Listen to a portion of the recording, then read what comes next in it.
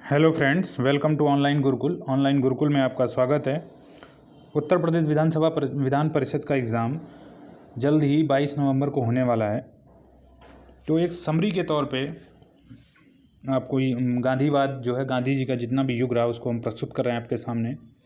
और हमारी ये मेहनत अगर आपको अच्छी लगे तो कमेंट सेक्शन में ज़रूर लिखिएगा। और इसका जो टेलीग्राम पे मैं PDF डाल दूँगा, तो उसका लिंक आपको डिस्क्रिप्शन में मिल जाएगा। तो गांधी जी से हम शुरुआत करते हैं, क्योंकि देखिए राष्ट्रीय आंदोलन को उन्होंने अलग से लिख रखा है। और राष्ट्रीय आंदोलन का मतलब है कि राष्ट्रीय आंदोलन में तो गांधी जी ही 1919 से 1942 तक छाए रहे। तो प्रमुख पोर्शन इसको आज हम आधा पढ़ लेते हैं और आधा कल पढ़ लेंगे, दो वीडियो के माध्यम से। और उसके बाद राष्ट्रीय आंदोलन के जो पूर्व के हिस्से हैं वो आपको इस वीडियो में मिल जाएंगे, मेरे चैनल पे मिल जाएंगे आपको। तो उसके लिए चैनल को सब्सक्राइब कर लें और शेयर कर दें। अच्छा, मैंने एक चीज़ देखी है कि अगर मैं कोई खबर से रिलेटेड न्यूज़ बनाता हूँ तो काफ़ी चलती है, मेरे चैनल के हिसाब से अच्छा ग्रोथ रेट है। लेकिन जब कोई पढ़ाई से रिलेटेड वीडियो बनाता हूँ तो वो नॉट इंटरेस्टिंग वीडियोस रहती, मुझे लगता है ऐसा। एक्चुअली होता क्या है कि ये डिमोटिवेट करती है आपको। तो अगर आप लोग थोड़ा सा सहयोग करें तो हम लेक्चर्स की बना कर डालें, तो उसमें हमें भी मतलब व्यू मिलेंगे और एक मनोबल बढ़ेगा हमारा। लाइक मिलेंगे, व्यू मिलेंगे तो मनोबल बढ़ेगा कि जो कार्य के लिए हम अग्रसर हैं उसमें हमारा लोगों को पसंद आ रहा है। तो जब पसंद आ रहा है तो डिमांड मतलब जैसे बढ़ती, तो आदमी उसी हिसाब से काम करता है। तो चलिए ठीक है, इन सब बातों को अलग रखते हैं और अपना लेक्चर शुरुआत करते हैं। तो देखिए, गांधी जी का जन्म 2 अक्टूबर 1869 गुजरात के पोरबंदर में हुआ था। ये सबको पता है, जग जाहिर है। ये तो आप बचपन से और 55 से भी रटते आ रहे हैं। मेन चीज़ देखिए कि इनके 4 पुत्र थे, हरीलाल, रामदास, मणिलाल, देवदास, कस्तूरबा और गांधी जी के से हुए थे। 5वां पुत्र को संज्ञा दी गई थी जमना लाल बजाज को। ये आपसे पूछा जा सकता है, ये इंपॉर्टेंट है। जमना लाल बजाज 5वें पुत्र की संज्ञा दी गई थी। अब गांधी जी का जो है, हम डायरेक्ट आ जाते हैं मेन उनकी उसकी वो वकालत पढ़ने गए थे। 1891 के आसपास लौटे थे वो इंग्लैंड से। 4 साल की वकालत उन्होंने पढ़ी थी 1887 से 91 तक। 1893 में दादा अब्दुल्ला का केस लड़ने वो दक्षिण अफ्रीका गए। यहीं से गांधी जी की पॉलिटिकल कैरियर की शुरुआत हो जाती है। और जब वो जाते हैं, दक्षिण अफ्रीका जाते हैं, तो मेरिट्सबर्ग नामक स्थान पर स्टेशन पे जो है, डरबन से वो ट्रेन जो है जा रही होती है। देखिए, मेरिट्सबर्ग नामक स्थान पे, जो कि डरबन से प्रिटोरिया के बीच में थी। डरबन से प्रिटोरिया वो ट्रेन जा रही थी। उसमें एक मेरिट्सबर्ग नामक एक स्टेशन था। उसमें प्रथम श्रेणी के डब्बे से नीचे फेंक दिए जाते हैं, काले होने के कारण, क्योंकि अंग्रेज़ों का वहाँ पे शासन था। फिर हम आ जाते हैं, देखिए थोड़ा सा क्रम से रखेंगे तो चीज़ें ज़्यादा समझ में आएंगी। तो फिर इन्होंने 1894 में नेटाल इंडियन कांग्रेस की स्थापना की। 93 में ये कांड हुआ। और उसके बाद 1993 में ये कांड हुआ। 94 में नेटाल कांग्रेस की इन्होंने स्थापना की। उसके बाद देखिए 1904 आता है, डरबन में फिनिक्स फॉर्म की स्थापना करते हैं। तो आपसे पूछा जा सकता है कि फिनिक्स फॉर्म की स्थापना किसने की थी? तो गांधी जी ने डरबन में की थी।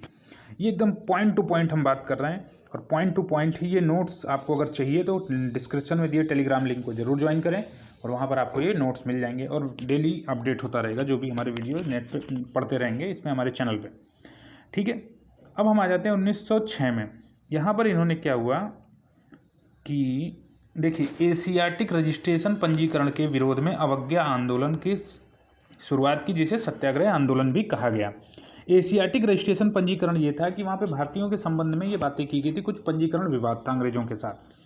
उसके विरोध में इन्होंने अवज्ञा आंदोलन की शुरुआत की, जिसे सत्याग्रह आंदोलन कहा गया। तो गांधी जी का प्रथम अवज्ञा या सत्याग्रह आंदोलन 1906 में साउथ अफ्रीका में हुआ। उसके बाद 1906 में ही एक घटना घटती है, और ये होता है टॉलस्टॉय फॉर्म की इन्होंने स्थापना करते हैं। किसके साथ मिलकर? जर्मन शिल्पकार कालेन बाख के सहयोग से टॉलस्टॉय फॉर्म की स्थापना करते हैं, जो कि बाद में 1912 में जाकर उसका नाम कर दिया जाता है टॉलस्टॉय ट्रस्ट। ठीक है, वो ही नहीं लिखा हुआ क्योंकि वो उतना इंपॉर्टेंट नहीं है। इतना इंपॉर्टेंट है टॉलस्टॉय फॉर्म की स्थापना कहाँ की गई थी? दक्षिण अफ्रीका में गांधी जी द्वारा की गई थी। अभी भी जो भी घटनाक्रम चल रहा है वो दक्षिण अफ्रीका का ही चल रहा है। फिर देखिए 23 सितंबर 1913 को गिरिमिटिया प्रथा के विरुद्ध सत्याग्रह, और 1914 ईस्वी में इनको सफलता मिलती है। तो इससे गांधी जी बहुत फेमस हो जाते हैं। इसके सत्याग्रह करते हैं गिरिमिटिया प्रथा के, और उसके खिलाफ वहाँ पे मतलब भारतीयों और लोगों के साथ दिक्कत थी कि 3 पाउंड आपको कुछ देने रहते थे। वो हालांकि बहुत बड़ा टॉपिक है, उसको यहाँ पे नहीं घसीटते हैं। ये देखते हैं कि 1913 में 23 सितंबर को गिरिमिटिया प्रथा के विरुद्ध गांधी जी सत्याग्रह करते हैं, उन्हें सफलता मिलती है और वहाँ से उन्हें ख्याति प्राप्त हो जाती है। अब उसके बाद देखिए 9 जनवरी 1915 को गांधी जी भारत वापस आ जाते हैं। गांधी जी 12 वापस आ जाते हैं 22 वर्ष रहने के बाद। 1893 में गए थे दादा अब्दुल्ला का केस लड़ने और 15 में लौटते हैं, तो 22 वर्ष बाद जो है वापस आते हैं गांधी जी। इसीलिए 9 जनवरी को प्रवासी भारतीय दिवस मनाया जाता है। तो आप समझ गए क्यों मनाया जाता है, क्योंकि 9 जनवरी को 1915 को गांधी जी भारत वापस आए थे। ठीक है, तो फिर जो है गोपाल कृष्ण गोखले के राजनीतिक गुरु थे, और उसके बाद जो है आपका क्या कहते हैं 1905 में बंगाल विभाजन हो चुका था। 1906 में जो है मुस्लिम लीग की स्थापना हो चुकी थी सर आगा खां के नेतृत्व में, और उसके बाद मुस्लिम अपना अलग राह चुनना शुरू कर देते हैं। तो धीरे धीरे क्या होता है कि विभाजन भी 1907 में कांग्रेस का हो जाता है, सूरत विभाजन जिसे हम कहते हैं, नरम दल और गरम दल में बढ़ जाता है। तो मुस्लिम लीग और कांग्रेस के बीच में दोनों का अधिवेशन लखनऊ में होता है। कब? 1916 में। दोनों का अधिवेशन कब होता है लखनऊ में? तो 1916 में होता है दोनों का अधिवेशन लखनऊ में। यहीं पर दोनों के बीच में लखनऊ पैक्ट होता है, मुस्लिम लीग और कांग्रेस के बीच में। यहाँ पे गांधी जी मौजूद रहते हैं और उनसे मिलने चंपारण से एक व्यक्ति आता है, शायद राम बिहारी मिश्रा नाम था उसका, कंफर्म नहीं हूँ, ये कंफर्म कर लीजिएगा। तो वो उनसे मिलता है और वहाँ की जो तिनकठिया प्रथा होती है चंपारण में, जो नील खेती के लिए चलाई जा रही थी, उसके बारे में ये बात करता है कि आप आइए देखिए, यहाँ पर अंग्रेज़ बहुत ज़्यादा जुल्म कर रहे हैं हमसे और हमारी ज़मीनों को बंजर बना रहे हैं नील की खेती करा के। तो गांधी जी इस समस्या को सुनते हैं और 1917 में चंपारण जो है, चंपारण की नील की खेती के विरोध में प्रथम सत्याग्रह भारत में करते हैं। तो चंपारण जिले में होता है। इनके साथ डॉक्टर राजेंद्र प्रसाद भी थे वहाँ पे। तो प्रथम सत्याग्रह चंपारण सत्याग्रह होता है। फिर 15 मार्च को 1918 को अहमदाबाद मिलों मजदूर आंदोलन, वो अपने पैसे के लिए आंदोलन करते हैं कि इनको दैनिक भत्ता कब मिलता है, तो उसके लिए भूख हड़ताल करते हैं। ये बहुत इंपॉर्टेंट है। तो आप क्रम वाइज देखिए 1917, 1918, फिर 15 मार्च, 10 दिन बाद 1918 में ये गुजरात के खेड़ा के किसानों के समर्थन में खेड़ा सत्याग्रह नाम से करते हैं। कब? 22 मार्च को। तो पहला कब किया था? 1917 में। फिर 15 मार्च को ये 15 मार्च को ये करते हैं आपका 1918 में अहमदाबाद में मजदूर आंदोलन, और 22 मार्च को ये करते हैं खेड़ा सत्याग्रह। ठीक है, तो यहाँ तक हमने देख लिया कि गांधी जी धीरे धीरे अब सत्याग्रह करना शुरू करते हैं और उनकी एक पहचान भारत में बनने लगती है। हाँ, एक पॉइंट और था, 1917 चंपारण सत्याग्रह के जब जीत होती है इनकी, अंग्रेज़ों को झुकना पड़ता है, तो वहीं पर जो है रविन्द्रनाथ टैगोर ने इन्हें महात्मा की उपाधि दी थी। तो किसने दी थी? रविन्द्रनाथ टैगोर ने महात्मा बोला था, महात्मा गांधी, वहीं से नाम पड़ गया इनका। चलिए, अब जब गांधी जी मशहूर हो जाते हैं और चारों तरफ उनकी चर्चाएं शुरू हो जाती हैं, तो ये क्या करते हैं कि CR दास के द्वारा असहयोग जो है, चितरंजन दास जो थे, उनके द्वारा असहयोग आंदोलन का प्रस्ताव रखवाते हैं कलकत्ता अधिवेशन में। ये विशेष अधिवेशन बुलाया गया था। हालांकि सब अधिवेशन कांग्रेस के दिसंबर में होते थे, पर ये एक तरह का विशेष अधिवेशन था। 4 सितंबर 1920 को बुलाया जाता है और असहयोग आंदोलन जो है 1 अगस्त 1920 से प्रारंभ हो जाता है। तो कब से? 1 अगस्त 1920 से प्रारंभ हो जाता है असहयोग आंदोलन। 26 से 30 नवंबर के बीच दिसंबर 1920 में नागपुर अधिवेशन में इसकी पुष्टि कर दी जाती है और कांग्रेस पूरी तरह से शामिल हो जाती है इस अधिवेशन में। अब इसी घटनाक्रम को बीच में देखते रहिए। इसी में जो है 17 नवंबर 1921 को प्रिंस ऑफ वेल्स बम्बई पहुंचते हैं, उनके आगमन होता है। इसके विरोध में पूरे भारत में विरोध होता है, जगह जगह पे धरना प्रदर्शन होते हैं और दमनकारी अंग्रेज सरकार जो है दमनकारी नीतियाँ चलती हैं। 27 दिसंबर को कांग्रेस का अधिवेशन 1921 में होता है और इसके अध्यक्ष अहमदाबाद में होता है और CR दास थे, मैं बता चुका हूँ।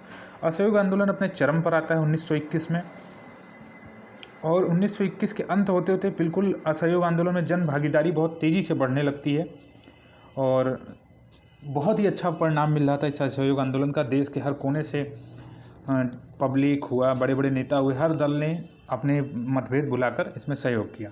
लेकिन उसी बीच एक घटना होती है।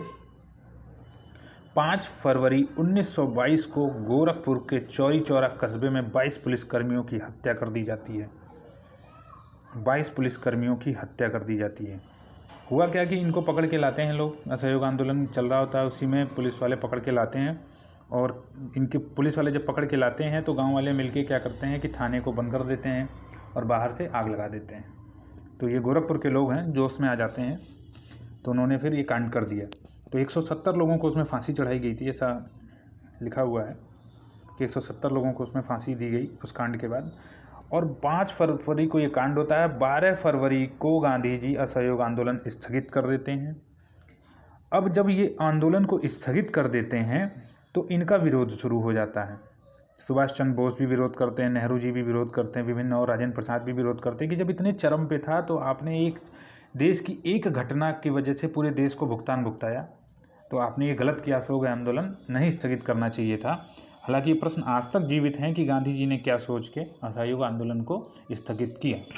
मेरे हिसाब से कुछ मायने हैं, जब कभी पर चर्चा करेंगे डिटेल में तब तो वहाँ पर देखेंगे जब समय होगा। अभी हमारे पास समय नहीं, हमें पॉइंट टू पॉइंट पढ़ना है। तो 10 मार्च 1922 को, अब इसी का फ़ायदा उठा के देखिए, 12 फरवरी को ये बात होती है, फिर देखते हैं कि फूट पड़ गई अपने में। तो 10 मार्च 1922 को गांधी जी को गिरफ्तार कर लिया गया एवं जज बूमफील्ड ने 6 वर्ष की सज़ा दी। 5 फरवरी 1924 को इनको 2 साल बाद, अप्रॉक्स 2 साल बाद इनको स्वास्थ्य के आधार पर रिहा कर दिया गया। तो जज बूमफील्ड ने इनको 6 वर्ष की सज़ा दी थी। भाई जब आपस में फुटमत पड़ गई तो वो देखा कि अब गांधी जी को अगर हम गिरफ्तार कर लेते हैं तो हमें ज़्यादा फर्क नहीं पड़ने वाला, तो अंग्रेज इनको गिरफ्तार करवा लेते हैं। चलिए, अब असहयोग आंदोलन के स्थगन के बाद जो है रोष फैल गया था पूरे मतलब सभी जगहों पे। तो इसी बीच चित्तरंजन दास और मोतीलाल नेहरू ने मार्च 1923 को स्वराज पार्टी की स्थापना इलाहाबाद में करते हैं। जब ये देखते हैं कि असहयोग आंदोलन को स्थगित कर दिया गया, बहुत ज़्यादा जन भागीदारी थी, लोगों में रोष व्याप्त हो गया, तो उसी चीज़ का ये लोग सोचते हैं कि अब हम अपनी तरफ से शुरू करेंगे और असहयोग आंदोलन जैसे चल रहा था उसको और आगे बढ़ाएंगे अपने हिसाब से। तो स्वराज पार्टी का गठन होता है 1923 में, मोतीलाल नेहरू करते हैं।